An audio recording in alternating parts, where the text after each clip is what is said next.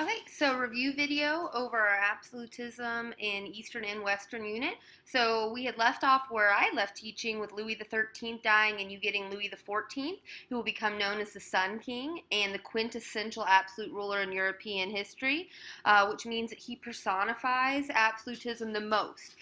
So if you saw an example of absolutism, Louis the 14th is the best example of all those qualities, just like we looked at the qualities of new monarchs where I had left off. He believed the person and the state are the same, that he is l'état c'est moi, I am the state, and he got his nickname the Sun King since he was at the center of French power, just as the sun is the center of our solar system. As you can see from these pictures, for whatever reason, Louis was pretty proud of his legs, just a side historical fact there, and he was known for saying that the sun gives life, so without me, you don't exist. Without me, France, you don't exist. I'm the center of everything, just very much like the Greek and Roman sun god images. He'll be portrayed in that manner. And he was a very strong believer in the divine right of kings. He should be obedient only to God, and the people should be obedient only to him, as he personifies, God's wishes on earth. And this was, of course, advocated by Bishop Bazot, that we learned about in my introduction to absolutism. And this was his tutor, so this was hammered in his head very early in his life, this divine right of king. He will have the longest reign in European history, 72 years, 5 years old when he takes the crown. So, of course, we're going to talk about who kind of run things behind the scene. This is the longest in Europe. This reign, inheriting the throne from his father Louis the 13th. Just a side note, Henry the 4th was his grandfather, and so Louis is going to pretty much learn what it means to be king on the job training, 5 to 79. France will become the undisputed major power in Europe during his reign, which the French population will reach the largest in Europe, 17 million, and account for 20% of Europe's population at the time. This meant that a massive standing army could be created and maintained, and we saw that had been begun with our new monarchs. French culture will begin to dominate Europe in this time period. The French language will now become the language of the educated and elite. Culture, art, the way people dress, everything becomes about France. French is going to replace Latin as the educated language. That's why we still teach French in high school, although not as useful today. I took French in high school. You would think, we're starting to see at Hickman, we definitely have more diverse, but if you go to small country schools still back home, where I'm from in Hannibal, it's Spanish and French, whereas probably Mandarin or something would be more useful, but it's because of this time period we're still lingering to French becoming the language, the international language in Europe for over 2 centuries at this point, and the language of the well-educated, and will become the epicenter of literature and the arts, which we'll take another look at as we move forward. There's something very critical that happens in Louis's childhood that is something you could compare to Peter's, something that you guys did very well in your essay that we'll take a look at now. And that is the Fronde. The Fronde happens in the mid to late 1640s. It is named after the slingshot boys of France would throw rocks with, and so that's where it gets its name. Kind of an odd historical side note there. But Louis's dad and his grandfather had been trying to increase the power of the monarchy and put down the nobles, as we talked about with the new monarchs. That was a characteristic. And so we're going to see a revolution come about when Louis takes the throne, because Louis is only 5 when he takes the throne, and these nobles are going to say, the 5-year-old, that might not be too hard to come in and take some of our power back. And so Cardinal Mazarin is going to come in after Richelieu, that we studied with the new monarchs and Louis the 13th. And Cardinal Mazarin is going to control France while Louis is too young, while he's a child. And he's going to continue this trend of putting nobles down. Some nobles are going to revolt against Mazarin when Louis was between the ages of 5 and 11. Right around the age he's 9, things are really going to heat up. But what you need to know about this revolution, the Fronde, is that it's an abortive revolution. It is not like the French Revolution that we're going to begin studying intensively when we return this week. It is a revolution that starts and then is put down, so it's abortive. It's like the the kindling in the fire. It's kind of put down, but those embers are going to still remain burning for a little while. The same group that is rising up here with the Fronde against Louis XIV is the group that is going to rise up in the French Revolution as well. So that's kind of an interesting side note, but it will be put down at this time. It's going to be basically a civil war. Because it happens within the country. So a group rises up against the king when Louis is about 9 years old. A group of these angry Parisians break in, this noble group that is going to cause the French Revolution a little bit, break in to the home that Louis is in and demand to see the king. Remember, he's the Sun King. He is, not called this at this time, but he's a divine right king. They want to see the king. They want to take court with him and have him hear his issues. So the people who were running the house are kind of like, angry mob, and like lead them to the bedroom of Louis. And Louis, being 9 years old, pretends to be asleep. Like, he's very frightened by this, but he knows they're there. And this seriously scares him and kind of sets the tone for his rule. Because he's never going to really forget this fear that he have, that he can't trust the nobles, and this is really going to increase his rise to absolutism. Like, oh no, I have to shut those people down. They're not to be trusted. They're in my bedroom in the middle of the night. And so what the importance of the Fronde is not so much the revolution part, because it was put down, but because of the influence it has on Louis his whole life. And the Civil War is actually going to break out between this group of nobles, so they start to fight over what exactly they want, and this is going to enable Mazarin to defeat those nobles, and is why it fails. So it starts with a civil war, like these nobles against their own countrymen, against their king, but then they're going to have a civil war amongst themselves, and this is going to allow Mazarin to take the power back and play the two sides against each other. But the main thing you need to get here, and the turning point that AP Euro focuses on, is Louis never forgot the humiliation he faced at the hands of the nobles early on, and was determined throughout his whole reign to control the nobility as much as he can. So after the Fronde, Mazarin is actually going to die when Louis is 22. And he's going to decide, hey, I don't need this guy ruling for me. I don't need a guy in charge. So from 22 to 79 years old, we're really going to see Louis being the only ruler over France. And he is going to, because of these activities that happened when he was a child, going to continue to decrease the power of others and build on the successes of his father and his grandfather. And he's going to do this through some government organization. He's going to recruit his chief ministers from the middle class in order to keep the aristocracy out of government. He's going to continue the intendant system begun by Richelieu. He's going to check the power of the French institutions that might resist his control. The Parlement, which is a parliament, but not in the sense we think of in the British Parliament. It stands, or means in French, the speaking place. He is going to check the power of French institutions that resist his control, like these parlements, church groups, any groups really that would come together and go against him. He's fearful of resistance because of the Fronde, and so he's going to hold down these groups. He's going to hold down officials who criticize the government and have them arrested. He's never going to call the Estates General into session because he doesn't want anyone questioning his power. He wants to keep that power under wraps as well. He's also going to take control over the peasantry, which accounted for about 95% of the population. Some peasants will keep as little as 20% of their cash crops after paying their landlord, government, taxes, and tithes to the church. And a corvée is going to be put upon the peasantry, which will force them into labor. It requires peasants to work for a month out of the year on roads and other public projects. Idle peasants could be conscripted into the army or forced into workhouses. So he's going to have a very strong control over his peasantry and his nobles, which is something you compare in your essay between Peter and Louis. Rebellious peasants would be executed or used as galley slaves on ships. And so really what you need to get here, and if you get the essay prompt on the AP Euro exam about Louis and absolutism, would be the ways that he controlled French society to keep and elevate his own power. And a perfect example of that is the palace that we're going to see that Louis builds in Versailles. So after the Fronde, Louis is going to decide he needs to get away from Paris, and he is going to start building a palace where his father had a hunting lodge, 12 miles outside of Paris in Versailles, which will become known as Versailles Palace. He only goes back to Paris 4 times during his rule. And under Louis XIV, the palace at Versailles will become the grandest and most impressive palace in all of Europe. The awe-inspiring scale of the palace reinforced his image as the most powerful absolute ruler in Europe. And the palace is going to use a lot of Baroque architecture, which we studied with the Counter-Reformation, largely the work of Marquis Louvois.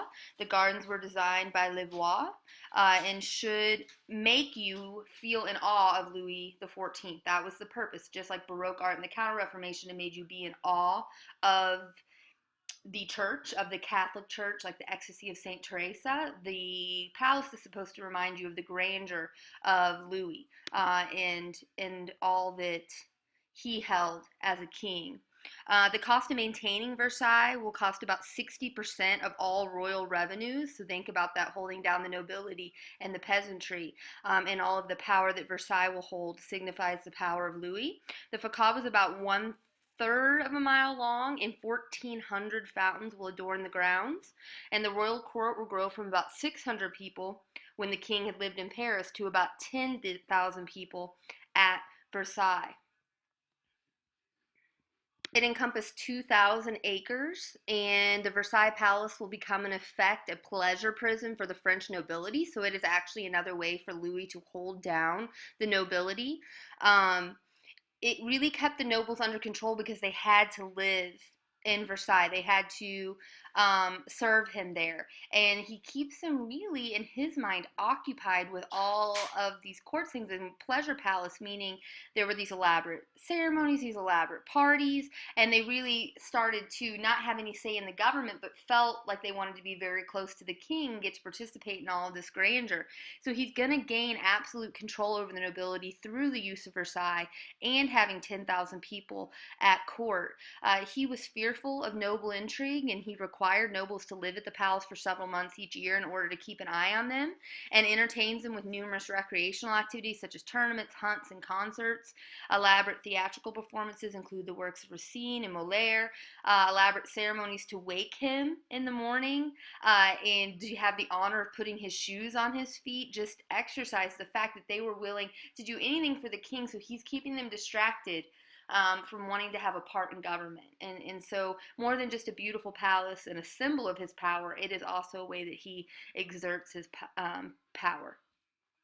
Louis will also control the nation of France through his religious policies. He believes there's no room for more than one religion. Remember, he's a divine right king, so there's only room for the God that approves him to be the head of the state. He considers himself the head of the Gallican Church, the French Catholic Church, and while he was very religious, he did not allow the Pope to exercise political power in the French Church. The Edict of Fontainebleau is going to revoke the Edict of Nantes, put forth by his grandfather. This is going to revoke the rights of the Huguenots to practice Calvinism. About 200,000 Huguenots will then flee France for England, Holland, and the English colonies in North America.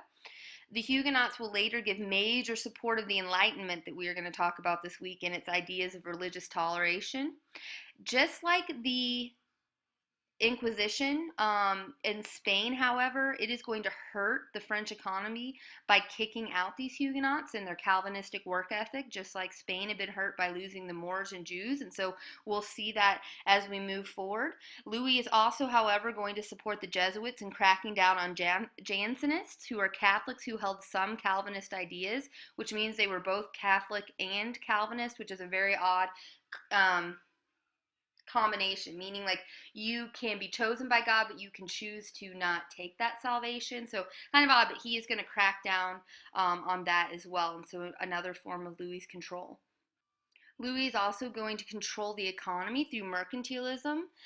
He is going to really explode mercantilism, and that's the state controls we've talked about over a country's economy in order to achieve a favorable balance of trade with other countries, and the use of bullionism, or a nation's policy of accumulating as much precious metal, gold, and silver as possible while preventing its outward flow to other countries. So French mercantilism is going to reach its height under Louis the 14th's finance minister, Jean-Baptiste Colbert. Colbert's goal is going to be to have economic self-sufficiency for France. We don't need anybody else. He is going to oversee the construction of roads and canals, grant government support of monopolies in certain industries, heavily regulated guilds to ensure quality of the goods produced. He is going to reduce local tolls or internal tariffs that inhibited trade. The trade union was called the Five Great Farms. and organized French trading companies for international trade, such as the East India Company, West India Company, and forbade the export of foodstuffs. He's going to have huge tariffs put on England and Netherlands so that they can't increase their wealth by selling goods to those in France. By 1683, France is going to be Europe's leading industrial country, excelling in such industries as textiles, mirrors, lace making, foundries for steel manufacturing, and firearms. And Colbert's most important accomplishment is developing the merchant marine. And Louis's military buildup, which is another characteristic of a new monarch and an absolute monarch, is going to stimulate the economy. The need for uniforms, overcoat, weapons, and ammunition will employ weavers, tailors, and gun makers. The weaknesses, however, of mercantilism in the French economy were poor peasant conditions, and we are totally going to be talking about this next unit, especially taxation, resulting in large immigration out of France. Louis is going to opt for creating a massive army instead of a formidable navy, which we're going to see cause him some problems when France will later lose naval wars with England.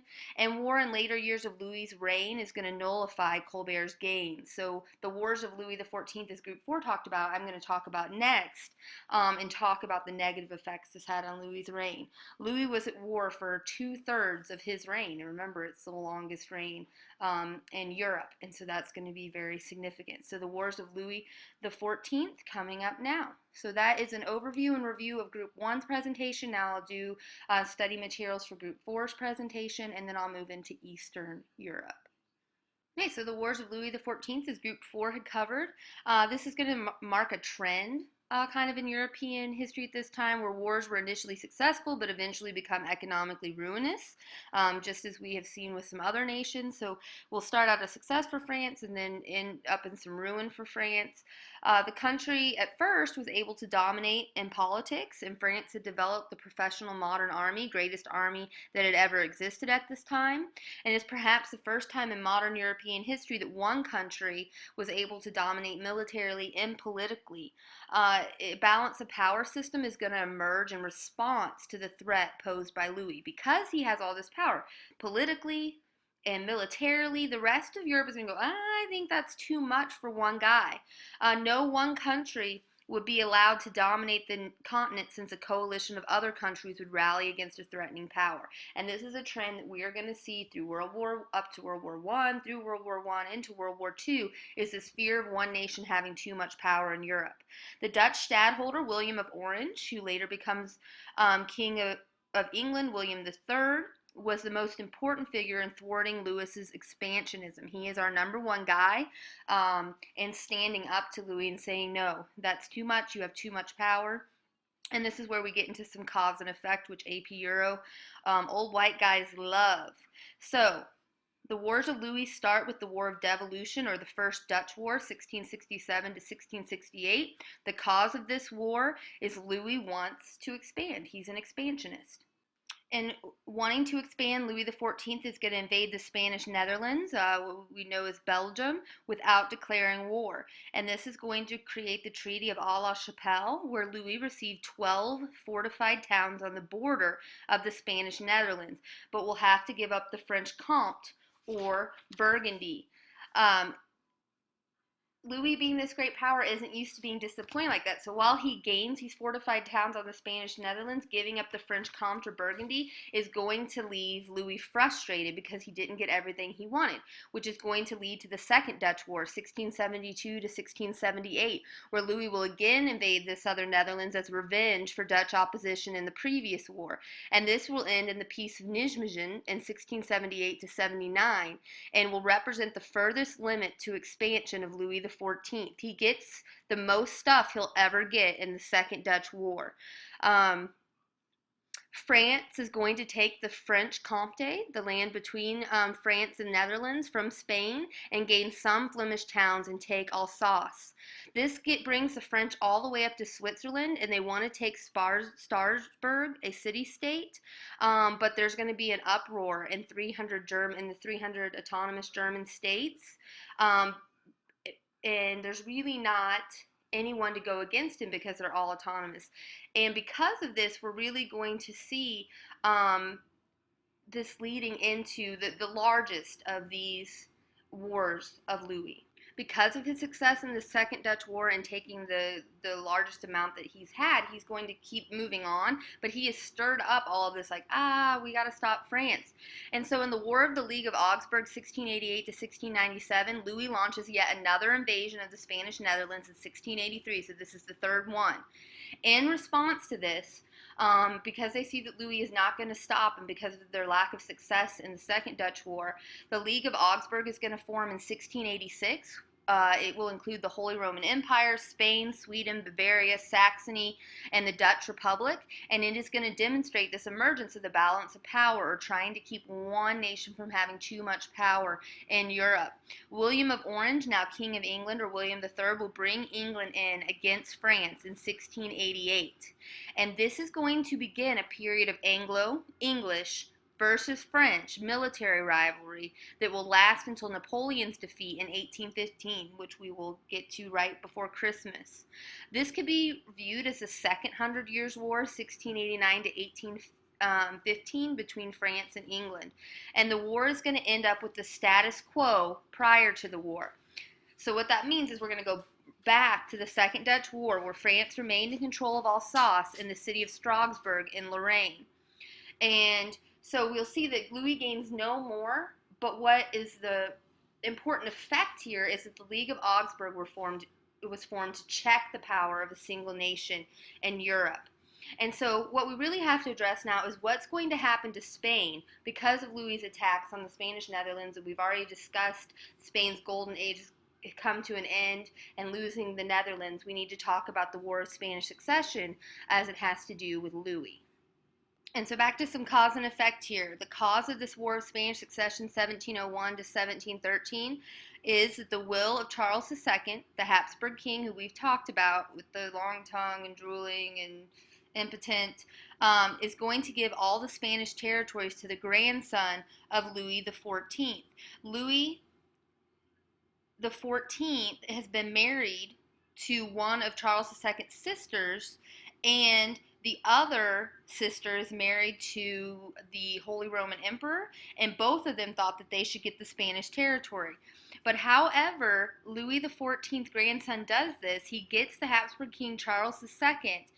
Philip of Anjou is the grandson of Louis, gets Charles II, who has no heir because he's prematurely senile, gets him to put in his will that Philip will inherit the throne.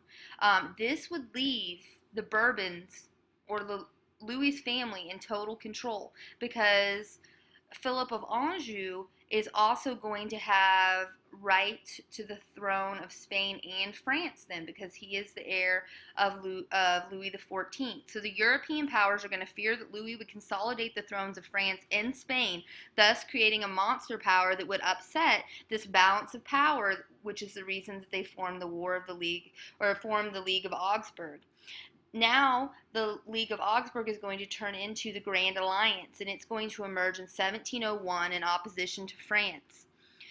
England, the Dutch Republic, the Holy Roman Empire, Brandenburg, Portugal, and Savoy are going to be put together by William of Orange, who is now William III of England. He will die in 1702 after this Grand Alliance is formed, but it is formed to battle the influence of the French, to try to stop Louis XIV and his grandson Philip of Anjou from consolidating Spain and France into a huge monster power. The Battle of Blenheim in 1704 is going to be a turning point in the War of the Spanish Succession that began a series of military defeats for France. England's army, which is led by the Duke of Marlborough, John Churchill was an ancestor of the 20th century leader Winston Churchill, and military forces of Savoy, representing the Holy Roman Empire, were victorious over France. So we have the ancestor, the Duke of Marlborough, or otherwise known as John Churchill, of Winston Churchill, leading a battle against France and starting to win.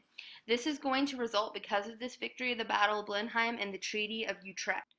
Because of the War of Spanish Succession, we are going to have the Treaty of Utrecht. So we have the cause, the will of Charles II, the effect, the Treaty of Utrecht, which is also another key date, 1713. So we've had 1517, the Protestant Reformation, 1555, the Peace of Augsburg, 1588, the Spanish Armada, 1648, the Treaty of Westphalia, and now 1713, the Treaty of Utrecht.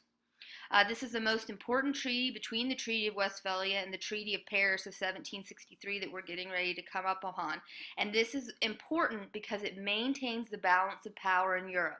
It ends the War of Spanish Succession, but it also maintains the balance of power in Europe, which is what the League of Augsburg and the Grand Alliance set out to do. And it completely ends the expansionism of Louis XIV. Spanish possessions at this point will be partitioned. Britain will become our biggest winner of the War of Spanish Succession, which is huge. We know moving forward that we're going to be focusing a lot on England, especially as we get into the Industrial Revolution right after break. Britain is going to gain the asiento, or the slave trade, the right to trade slaves from Spain, and the right to send one English ship to trade in Spain's New World Empire. This gives Britain the right to lots of money. They can take whatever they want with that ship. They can also trade slaves. They're going to also gain the Spanish territories of Gibraltar and Minorca, which is an island, so that makes in the Mediterranean, which also makes Great Britain at this time a Mediterranean power as well. Belgium, or the Spanish Netherlands, is going to be given to Austria. The Netherlands will gain some land as a buffer against future French aggression. And although Louis's grandson, Philippe of Anjou, was enthroned in Spain, the unification of the Spanish and Bourbon dynasties will be prohibited until 1931. So what happens with this Treaty of Utrecht is that there's a stipulation written in that although Philip of Anjou, who is French, will still get to take the throne in Spain, that they cannot combine those powers together. So Philip V of Spain, Philip of Anjou, he was known in the French, can be king, but the thrones cannot be united. Kings were recognized as such in Sardinia, Savoy, and Prussia or Brandenburg, and they become the nucleus of the future unified states of Italy and Germany, which we'll get to second semester. And Spain has lost European holdings, so another nail in the coffin of the golden age of Spain. But we do need to talk about the cost of Louis XIV's wars. He did get some expansion, but he's abruptly stopped by the Grand Alliance. Louis's wars are going to destroy the French economy due to a severe disruption of trade. 20% of the French subjects will die, and a huge debt will be placed on the shoulders of the Third Estate and leave the French government bankrupt. The financial and social tensions are going to sow the seeds of the French Revolution later in the century, which we're coming to next week.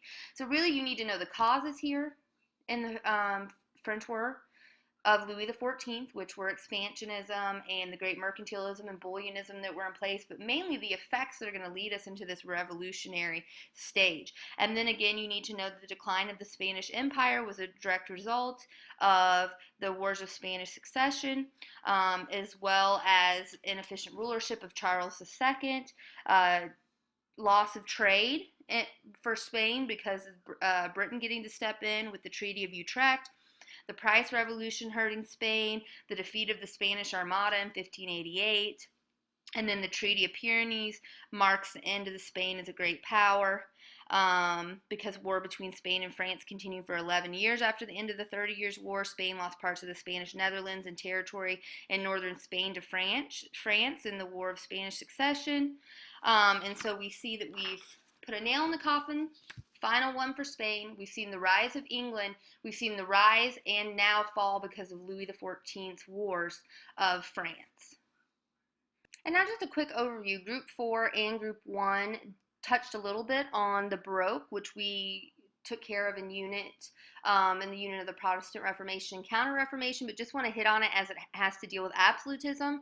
The Baroque does reflect the age of absolutism as it had begun in the Catholic Reformation countries to teach in a concrete and emotional way and demonstrate the glory and power of the Catholic Church. But it will now be used to emphasize and teach about the grandeur of absolute monarchs. Remember, the characteristics are that it sought to overwhelm the viewer, emphasize grandeur, emotion, movement, spaciousness, and unity surrounding a certain theme. Versailles Palace, which is why we're talking about Baroque in the Absolutism unit, typifies Baroque art, huge frescoes unified around the emotional impact of a single theme, which was the Sun King or the nation of France. The Baroque is going to be seen in architecture and sculpture. Baroque architecture is going to reflect the image and power of absolute monarchs and the Catholic Church at this time. If you remember, Girolenzo Bernini personified Baroque architecture and sculpture, known for the colonnade for the piazza in front of St. Peter's Basilica in Rome. He sculpted the incredible canopy over the high altar of St. Peter's Basilica. His altarpiece sculpture, the Ecstasy of St. Teresa, which is one of my favorite, evokes tremendous emotion. His statue of David shows movement and emotion, and he constructed several fountains throughout Rome. Now, the Versailles Palace, built during the reign of Louis XIV, is a quintessential Baroque structure. The Habsburg Emperor Leopold I built Schönbrunn in Austria in response to Versailles Palace, and it shows the magnificence of rulers. And many people will copy Louis XIV to show their own grandeur. Peter the Great in Russia, this is something you compared in your paper, built Peter off largely on the influence of Versailles. His daughter Catherine will rebuild the Winter Palace in St. Petersburg, one of the most glorious examples of Baroque architecture in Russia. Frederick I in Prussia began building his palace in Berlin in 1701, but it will also be Baroque combined with a Rococo style, which we will talk about as we move forward. Baroque paintings will also be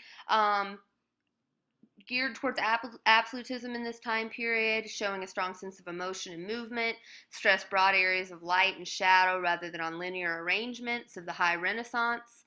Tenebrism, which means dark manner, is an extreme contrast between dark to light, and we'll start to see that color will become an important element as it appeals to the senses and more true to nature. We're going to see that it's not concerned with clarity of details, with overall dynamic effects. So again, all about emotion, designed to give a spontaneous personal experience. Caravaggio, an Italian painter from Rome, is perhaps the first important painter of the Baroque era and depicted highly emotional scenes such as the flagellation of Christ, David and Goliath, showed sharp contrast of light and dark to create drama. As you can see, like Christ is totally illuminated in this picture. He was criticized, however, by some for using ordinary peoples as the models for his depictions of biblical scenes, and so, not as romantic as our humanist era. Peter Paul Rubens, who is Flemish, worked much for the Habsburg court in Brussels, the capital of Spanish Netherlands, emphasized color and sensuality. He's known for his animated figures and melodramatic contrast, monumental size of his works of art. Nearly half of his works dealt with Christian subjects, and he's very well known for his sensual, full-figured nudes, such as Roman goddesses, water nymphs, and saints and angels. Diego Velázquez, perhaps the greatest court painter of the era from Spain. His numerous portraits of the Spanish court and their surroundings are very popular. And then Artemisia Gentileschi, that we've already talked about, famous for her vivid depictions of dramatic scenes in her Judith paintings. Remember, she painted herself in, and then the face of her rapist used in the piece of art there. And so we spoke about her, and then now to talk about the Dutch style. The characteristics did not fit the Baroque style of trying to overwhelm the viewer, but it's at the same time period. They're actually going to reflect the Dutch Republic's wealth and religious toleration of secular subjects, so non-religious subjects. This is the greatest view we get of Dutch life. It's going to reflect the urban and rural settings of church life during the golden age of the Netherlands, and many works were commissioned by merchants or government organizations, so different than our monarchy and our clergy that were commissioning them in other areas of Europe at this time. And so we have Rembrandt van Rijn, who 1606 to 1669 was a painter, perhaps the greatest of all Baroque artists, although he doesn't fit neatly into any category. His scenes covered an enormous range throughout his career, and he used extremes of light and dark in the Baroque style of tenebrism. His works were far more intimate and psychological than typical Baroque arts, and he painted with the restraint of the classicist style. A woman with a water jug, we're going to get to with Vermeer here. If my slide will change. There we go. So Jean Vermeer, his paintings specialized in simple domestic interior scenes of ordinary people, such as woman with the water jug seen here. He interprets what life was like in the Netherlands. You can see that the things in the pictures would emphasize some of the products coming in at the time. Like Rembrandt, he was a master in the use of light, as the light coming in the window, on the woman's face, the use of shade, and just more common scenes. And then probably one you're more familiar with Vermeer is the girl with the pearl earring from the movie and book. And so that is by Jean Vermeer. You can see the use of shade and light and color and just the depiction of a normal person. And then French classicism, Nicolas Poussin, who's a painter. He rationally organized to achieve harmony and balance even in his landscapes are orderly. He focused early on classical scenes from antiquity or biblical scenes, later focused on landscape painting. His style is not typical Baroque, but is included in this time period, and he painted temporarily in the court of Louis XIII. Jean Racine is a dramatist. His plays, along with Molière's, were often funded by Louis XIV at the Palace of Versailles to keep the nobility under wraps.